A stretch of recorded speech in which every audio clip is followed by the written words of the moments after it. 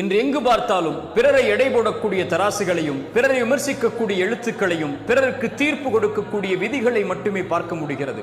இறைத்தூதருக்கு முன்னால் செல்வந்தர் ஒரு வருகிறார். அவரை பற்றி நபித்தோழர்களிடத்திலே கேட்கும் போது நபித்தோழர்கள் சொன்னார்கள், இவர் மக்கள் மத்தியில் கண்ணியமானவர் என்று. ஏழை ஒருவர் வந்தார். அவரை பற்றி கேட்கும் போது நபித்தோழர்கள் சொன்னார்கள், மக்கள் மத்தியில் கண்ணியம் இல்லாதவர் என்று.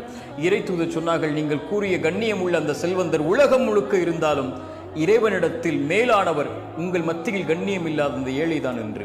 இறைத்தூதருடைய வாழ்வில் ஒரு மது குடித்தார். இறைத்தூதர் அவருக்கு தண்டனையை கொடுத்தார்கள். ஒரு நபித்தோழர் அவரை சபித்தார். இறைத்தூதர் சொன்னார்கள், அவரை சபிக்காதீர்கள், அவர் இறைவனையும் இறைத்தூதரையும் நேசிக்கக்கூடியவர் என்று. இறைமறையும் இறைத்தூதருடைய வழியும் பிறர் மீது எப்போதும் நல்லெண்ணம் கொள்வதை மட்டுமே ஏவுகிறது.